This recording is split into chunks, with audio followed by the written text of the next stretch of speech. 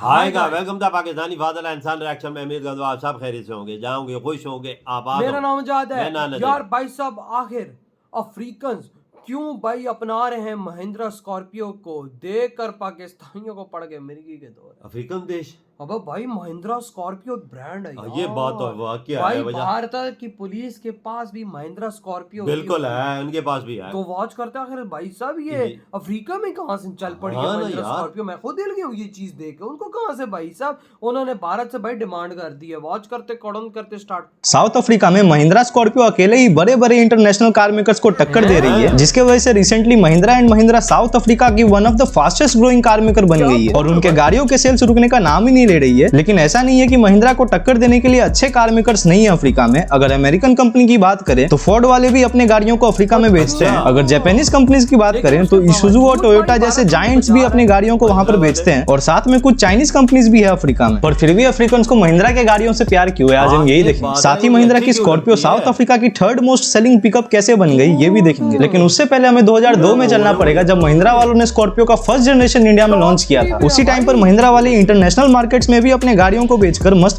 Profits कमाना चाहते थे और इसीलिए 2004 में महिंद्रा एंड महिंद्रा ने साउथ अफ्रीकन मार्केट में एंट्री किया। शुरुआत में उनके गाड़ियों का डिसेंट साइज डिमांड था, लेकिन 2005 से 2010 के बीच में महिंद्रा वालों ने साउथ अफ्रीका में अपने डीलरशिप्स पर और फोकस किया। साथ में क्योंकि महिंद्रा अच्छे आफ्टर सेल्स का इंपॉर्टेंस समझती है, इसीलिए उन्होंने वहां पर अच्छे खासे सर्विस सेंटर्स का नेटवर्क सेटअप किया, जिसके वजह से धीरे धीरे महिंद्रा वालों का एक लॉयल कस्टमर बेस बनते जा रहा था वहां पर अफ्रीका में। अब क्योंकि 2010 तक महिंद्रा वाले साउथ अफ्रीका में ठीक ठाक सेल्स करने लगे थे, तो फिर उन्होंने सोचा कि क्यों ना हम अपने गाड़ियों का लाइनअप एक्सपांड करें यहाँ पर। और आगे चलकर महिंद्रा ने उनके XUV 500, KUV 100 और स्कॉर्पियो जैसे गाड़ियों को भी लॉन्च कर दिया अफ्रीकन मार्केट में। पर यहाँ पर एक प्रॉब्लम महिंद्रा वालों को शुरुआत से ही आ रही थी। असल में बात ये थी कि महिंद्रा जितने भी गाड़ियों को साउथ अफ्रीका में बेच रही थी अब तक, वो सब बाहर से इंपोर्ट किया जाता था, क्योंकि महिंद्रा वालों का अपना कोई ऐसा मैन्युफैक्चरिंग या असेंबली का प्लांट था ही नहीं अब तक अफ्रीका में, जिसके वजह से उनको मेनली दो दिक्कतें आ रही थी। सबसे पहला, महिंद्रा के पास जितने भी मैन्युफैक्चरिंग प्लांट्स थे इंडिया में उस समय पर, उनसे इंडियन कस्टमर्स का डिमांड ही बहुत मुश्किल से पूरा हो पा रहा था और साथ ही महिंद्रा वालों को उन्हीं इंडिया वाले प्लांट से गाड़ियां बनाकर बाहर साउथ अफ्रीका भी एक्सपोर्ट करना पड़ता था। फिर भी महिंद्रा अपने वही लिमिटेड कैपेसिटी वाले मैन्युफैक्चरिंग प्लांट से गाड़ियां बनाकर इंडिया और साउथ अफ्रीका दोनों जगह बेच रहे थे, जिसकी वजह से इंडिया में महिंद्रा के गाड़ियों पर वेटिंग लिस्ट बढ़ते ही जा रहा था। लेकिन इसके बाद भी महिंद्रा वालों को एक और दिक्कत आ रहा था। जो गाड़ियां महिंद्रा साउथ अफ्रीका में इंपोर्ट करके बेचते थे उस पर इंपोर्ट ड्यूटी बहुत लग जाता था, जिसके वजह से महिंद्रा अपने गाड़ियों का प्राइसिंग कॉम्पिटिटिव रख ही नहीं पा रहे थे। और इन्हीं दोनों प्रॉब्लम्स को दूर करने के लिए महिंद्रा वालों ने अपना पहला असेंबली प्लांट साउथ अफ्रीका में डरबन नाम के शहर में लगाया और अब बस उनको अपने गाड़ियों के पार्ट्स को इंपोर्ट करना पड़ता था साउथ अफ्रीका में, जिस पर पहले के मुकाबले बहुत कम इंपोर्ट ड्यूटी लगता था। और महिंद्रा वाले उन्हीं पार्ट्स को साउथ अफ्रीका वाले असेंबली प्लांट में असेंबल करते थे और मस्त अपना साउथ अफ्रीका में बेचते थे। इसके वजह से अल्टीमेटली उनके गाड़ियों का एक शोरूम प्राइस भी बहुत कम गया और महिंद्रा के अफ्रीकन वाले लाइनअप में सारे गाड़ियां वैल्यू फॉर मनी हो गई थी। अगर आज के टाइम पर महिंद्रा के गाड़ियों का लाइनअप देखे साउथ अफ्रीका में, तो SUVs में महिंद्रा अपने XUV 700, स्कॉर्पियो N और XUV 300 को साउथ अफ्रीका में बेच रहे हैं। साथ में कुछ पिकअप्स और कमर्शियल व्हीकल्स भी बेच रहे हैं, जिसमें अलग अलग टाइप के एक्सटेंशंस लगे हुए हैं अलग अलग यूज केसेस के लिए। रहती तो वो स्कॉर्पियो की पिकअप वर्जन ही है, लेकिन किसी के पीछे रेफ्रिजरेटर लगा हुआ होता है तो किसी के पीछे एम्बुलेंस का सेटअप होता है। लेकिन अब आप शायद शॉक होने वाले हो, क्योंकि महिंद्रा जितने भी गाड़ियों को बेचते हैं अभी अफ्रीका में, उन सब में सबसे ज्यादा सेल्स महिंद्रा को उनके पिकअप्स लाकर देते हैं और बाकी जितने भी दूसरे कार ब्रांड्स अफ्रीका में एग्जिस्ट करते हैं उनके साथ भी सेम चीज है। तो सबसे पहले हम ये देखेंगे कि अफ्रीकन्स को आखिर पिकअप ट्रक्स इतना पसंद क्यों है, और उसके बाद हम ये देखेंगे कि महिंद्रा की स्कॉर्पियो जो है उनको क्यों इतना पसंद आ रहा है। तो साउथ अफ्रीकन्स के ज्यादातर पिकअप्स लेने के पीछे बहुत सिंपल से रीजंस हैं। सबसे पहला यूटिलिटी। एक ही पिकअप लेकर आप बहुत सारे काम कर सकते हो। पिकअप्स फैमिली कार के लिए तो इस्तेमाल हो ही सकती है, साथ में अगर आप वीकेंड्स पर कहीं ऐसे मछली मारने जाते हो तो वो काम भी आप एक पिकअप के साथ कर सकते हो। और एक जगह से दूसरी जगह अगर सामान आपको ढोकर ले जाना है गाड़ी पर, तो उसके लिए भी पिकअप्स बेस्ट होती है, क्योंकि पिकअप्स में आपको अच्छा खासा स्पेस मिल जाता है पीछे, जिसके वजह से बहुत सारे लोग अफ्रीका में पिकअप्स को फैमिली कार के साथ बिजनेस कार के तौर पर भी इस्तेमाल करते हैं। अब आप ही बताओ कमेंट्स में, अगर एक गाड़ी से आपका सारा काम फुलफिल हो जाता है तो भाई आप दूसरी गाड़ी क्यों लोगे। दूसरी रीजन जिसके वजह से अफ्रीकन पिकअप्स के पीछे इतने पागल हैं, वो है ऑफ रोडिंग कैपेबिलिटीज। अफ्रीका में जो मेन सिटीज है वहां तो आपको रास्ते बहुत मस्त देखने को मिल जाएंगे, लेकिन जैसे ही आप मेन सिटीज के बाहर निकलोगे तो आपको बस ऑफ रोडिंग वाले रास्ते ही देखने को मिलेंगे। और इन कंडीशंस के लिए पिकअप्स फिर से बहुत मस्त चीज है, क्योंकि उनमें ऑफ रोडिंग कैपेबिलिटीज बहुत ही कमाल की होती है, जिसके वजह से आप पिकअप्स को खराब से खराब रास्तों पर भी चला सकते हो। और साउथ अफ्रीकन को आउटडोर एक्टिविटीज करना कुछ ज्यादा ही पसंद है, तो ऐसे कैंपिंग और हंटिंग करने के लिए भी उनके लिए पिकअप से ज्यादा अच्छा ऑप्शन कुछ है ही नहीं। साथ में आप पिकअप्स के साथ खतरनाक वाले ऑफ रोड एडवेंचर्स भी कर सकते हो। तीसरा रीजन जिसके वजह से अफ्रीकन को पिकअप्स इतना पसंद है वो है उनका कल्चरल प्रेफरेंस। बहुत टाइम से पिकअप्स का कल्चर चलता हुआ आ रहा है अफ्रीका में, और ये चीज मेनली इसीलिए है क्योंकि पिकअप्स को अफ्रीका में टफनेस और रिलायबिलिटी का सिंबल माना जाता है। किसी भी नॉर्मल एसयूवी के मुकाबले पिकअप्स में टोइंग कैपेबिलिटी बहुत ही कमाल की होती है, और साउथ अफ्रीकन को ज्यादातर ट्रेलर्स, बोट्स, कैरावन्स को टो करके एक जगह से दूसरे जगह ले जाना पड़ता है, जिसके लिए फिर से pickups are the ultimate thing. साथ में अगर कस्टमाइजेशंस की बात करें तो आप एक पिकअप में किसी भी नॉर्मल एसयूवी के मुकाबले हजारों मॉडिफिकेशंस करवा सकते हो। और लास्ट में सबसे मेन रीजन जिसके वजह से अफ्रीकन पिकअप्स को इतना लेते हैं वो है गवर्नमेंट इंसेंटिव्स। किसी नॉर्मल एसयूवी के मुकाबले अगर आप पिकअप लेते हो अफ्रीका में तो आपका ज्यादा पैसा बचता है अल्टीमेटली। अब वीडियो के सबसे इंटरेस्टिंग पार्ट पर आते हैं। पिकअप्स तो बहुत सारे कंपनीज बेच रहे हैं अफ्रीका में, बट फिर भी इंडियन कार मेकर ने अपना जगह वहां पर कैसे बना लिया, और साथ ही महिंद्रा के स्कॉर्पियो पिकअप में ऐसा क्या खास है कि अफ्रीकन को ये इतनी पसंद आ रही है। सबसे पहला रीजन है ड्यूरेबिलिटी। महिंद्रा की स्कॉर्पियो जो हमारे यहाँ इंडिया में बिकती है उसका बिल्ड कितना रफ एंड टफ है ये तो आप सब जानते ही हो। स्कॉर्पियो का पिकअप वर्जन भी कुछ सेम ही है, क्योंकि इसमें जो लेडर ऑन फ्रेम चेसी लगा हुआ है वो बहुत ही तगड़ा है। साथ में सस्पेंशन जो स्कॉर्पियो पिकअप में आते हैं उसे इस तरीके से इंजीनियर किया गया है कि वो खराब से खराब बम्स और शॉक्स को भी आराम से एब्जॉर्ब कर लेती है, जिसके वजह से बेकार पैचेस पर भी आपको स्मूथ राइड देखने को मिलता है। और सिर्फ ऑफ रोडिंग ही नहीं, क्योंकि स्कॉर्पियो पिकअप की पेलोड कैपेसिटी भी बहुत कमाल की है। इसीलिए अफ्रीका में जो लोग डेली बेसिस पर एक जगह से दूसरे जगह सामान पहुंचाते हैं उनके लिए भी स्कॉर्पियो पिकअप बेस्ट चॉइस बन जाती है। और अगर हम स्कॉर्पियो पिकअप के राइवल्स को देखते हैं अफ्रीका में, तो ऐसा नहीं है कि दूसरी कंपनीज ड्यूरेबल पिकअप्स नहीं बनाती है। टोयोटा वालों की तरफ से जो उनका हाइलक्स सेल पर है अफ्रीका में, वो पूरे दुनिया में अपनी रफ एंड टफ कैरेक्टर के लिए जानी जाती है। कितने लोग जो फॉर्च्यूनर को ऑफरोडिंग किंग मानते हैं उनको बता दूं कि टोयोटा की फॉर्च्यूनर हाइलक्स पर ही बेस्ट है। और अगर हम लोग टॉप सेलिंग पिकअप्स की लिस्ट देखें साउथ अफ्रीका में, तो हाइलक्स सबसे ऊपर रैंक करती है। उसके बाद 2 नंबर पर इसूजू का डीमैक्स पिकअप रैंक करता है, और फिर तीसरे नंबर पर महिंद्रा की स्कॉर्पियो पिकअप आती है। अब आप बोलोगे कि स्कॉर्पियो पिकअप तो 3 नंबर पर आती है, तो इसमें इतना बड़ा बात क्या है। लेकिन एक इंडियन कार मेकर के लिए दूसरे फॉरेन कंट्री में जाकर इतने बड़े बड़े जाइंट से राइवल करना ये भी बहुत बड़ी चीज है। और जिस स्पीड से महिंद्रा के गाड़ियों की सेल्स बढ़ते आ रही है पिछले कुछ सालों से, आने वाले टाइम में स्कॉर्पियो पिकअप लिस्ट में सबसे ऊपर भी आ सकती है। लेकिन यहाँ पर ट्विस्ट ये है कि महिंद्रा 3 नंबर पर छोटे मोटे कार मेकर्स को हरा कर नहीं गई है। स्कॉर्पियो पिकअप के बाद फोर्ड की रेंजर आती है लिस्ट में 4 नंबर पर, उसके बाद कुछ चाइनीज कंपनीज भी है, और साथ में स्कॉर्पियो पिकअप ने निसान के पिकअप्स को भी अफ्रीका में हराया। और ये छोटी बात नहीं है, महिंद्रा जैसे इंटरनेशनल मार्केट्स में तहलका मचा रही है, ठीक वैसे टाटा मोटर्स को भी इंटरनेशनल मार्केट्स में एक्सपांड करना चाहिए कि नहीं, कमेंट करके बता दो आप। अब आते हैं दूसरे रीजन पर जिसके वजह से अफ्रीकन को स्कॉर्पियो पिकअप इतना पसंद है, और वो है रिलायबिलिटी। महिंद्रा वाले इंडिया में भी मेनली उनके रिलायबिलिटी की वजह से जाने जाते हैं। सेम चीज अफ्रीका में भी है। और अगर आप महिंद्रा के इंजन की हिस्ट्री उठाकर देखोगे तो आपको पता चलेगा कि महिंद्रा हमेशा से रिलायबल इंजन डेवलप करते हुए आ रही है। स्कॉर्पियो पिकअप में जो महिंद्रा एमहॉक इंजन लगाकर देती है वो बहुत समय तक चलती है बिना किसी दिक्कत के। अब आते हैं तीसरे रीजन पर जिसके वजह से स्कॉर्पियो पिकअप 3 नंबर पर आ गई लिस्ट में, वो है आफ्टर सेल सर्विस। जब मैं आपको महिंद्रा वालों का साउथ अफ्रीका में हिस्ट्री बता रहा था तभी मैंने ये बोला था कि महिंद्रा आफ्टर सेल्स पे शुरुआत से ध्यान देते हुए आ रहे हैं। और क्योंकि महिंद्रा वालों ने अपने सर्विस सेंटर्स का नेटवर्क हर जगह फैला रखा है वहां पर, तो आफ्टर सेल्स में भी एंड बायर को कोई दिक्कत ही नहीं आता। और अब आते हैं लास्ट और सबसे मेन रीजन पर जिसके वजह से स्कॉर्पियो पिकअप इतने धमाकेदार सेल्स कर रही है अफ्रीका में। आपने सही गेस किया, प्राइसिंग। क्योंकि महिंद्रा इंडियन कार मेकर है और बहुत टाइम से इंडिया में अपने गाड़ियों को बनाकर बेच रही है, तो उनको प्राइसिंग का गेम कैसे खेलना है ये चीज पूरे तरीके से पता है। अफ्रीका में भी महिंद्रा ने अपने गाड़ियों का इतना कॉम्पिटिटिव प्राइस रखा है कि अफ्रीकन चाह के भी दूसरे ब्रांड्स की तरफ शिफ्ट नहीं हो पाते हैं। और इन्हीं रीजंस के वजह से महिंद्रा का फैन फॉलोइंग बढ़ते ही जा रहा है दिन पर दिन अफ्रीका में। महिंद्रा उनको अच्छा और कैपेबल गाड़ी अच्छे आफ्टर सेल्स के साथ अच्छे प्राइसिंग के साथ भी दे रही है, तो और क्या चाहिए भाई अफ्रीकन को। अब मुझे जो चाहिए वो मैं आपको बता देता हूँ। तो वीडियो को सबसे पहले लाइक कर दो और कमेंट्स में ये बताओ कि स्कॉर्पियो पिकअप हाईलाइट खत्म भाई। आप यार महिंद्रा ने नेता को अफ्रीका देश में कैसी धूम मचाई हो यार। पिकअप देख ले, स्कॉर्पियो देख ले, उसके बाद स्कॉर्पियो तो वजह देखा जाए ना तो इंडिया में भी बहुत मशहूर है ना,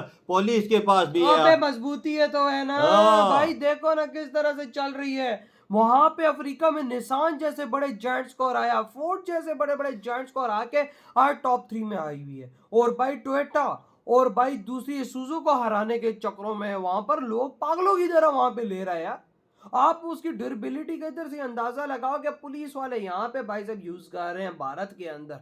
फिर क्यों यूज कर रहे हैं? उसमें क्वालिटी है तो यूज कर रहे हैं। इंडिया तो वो चीज इस्तेमाल नहीं करता जिसमें क्वालिटी ना हो। रफ एंड टफ चीज उन्होंने अपनी भाई साहब पुलिस को दी। बिल्कुल। फिर देख दीवाने कैसे हो गए नहीं अफ्रीका के लोग। वही ना। और पिकअप ट्रक भाई साहब इस टाइम भाई साहब टॉप 3 मोस्ट सेलिंग ट्रक्स में है यार। उन तो हर काम उससे ले रहे हैं। वही ना। अफ्रीकन भाई साहब फैमिली हाउस पे बना रहे हैं भाई साहब, वहाँ पे जोर लगा रहे हैं। ऑफ रोड बड़ा बड़ा सामान उसमें लाद के लेके जा रहे हैं, शिकार खेलने जाते हैं। आपको पता है ना भाई साहब हाइलक्स माइलक्स और सुजू कितना महंगा है। बिल्कुल महंगा। भाई उसकी आधी कीमत में भाई साहब महिंद्रा का पिकअप ट्रक वो जलवे दिखा रहा है जो वो भी नहीं दिखा सकते, तो भाई साहब वहां पे वही लेंगे वो लोग। बिल्कुल, ये बात तो है वजह। भाई साहब टोयोटा शुरू से अभी वहां पर महिंद्रा आया, तो आप देखो अगले 5-6 सालों के बाद मुझे लगता है कि भाई वहां पे महिंद्रा टॉप वन पे होगा, कसम टॉप वन से। पे होगा महिंद्रा उधर। वहां पे लोग तो पागल होगी। तो वो भाई वहां महिंद्रा पे ने गाड़ियां कैसी कैसी लॉन्च ओए होए होए यार, बड़ी बड़ी 700 है, आई थिंक 500 भी, और एक और भी बताया जा रहा था यार। वो वो तो उन्होंने सारी सारी चीजें महिंद्रा की कर दी ना, सर्विस सेंटर खोल दी, हर चीज, किसी चीज की प्रॉब्लम तो नहीं है ना। वही ना, पूरे अफ्रीका के हाँ। अंदर इस टाइम भाई साहब महिंद्रा ने धूम मचाई है। महिंद्रा की गाड़ियां यानी मेड इन इंडिया गाड़ियां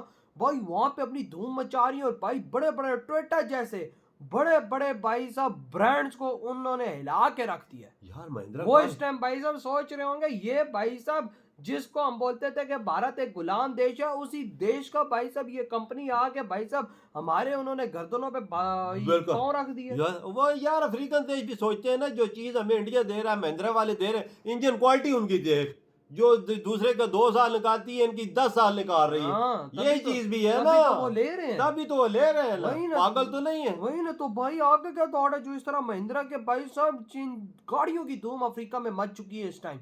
इधर ही वीडियो तुम तो करते बाय।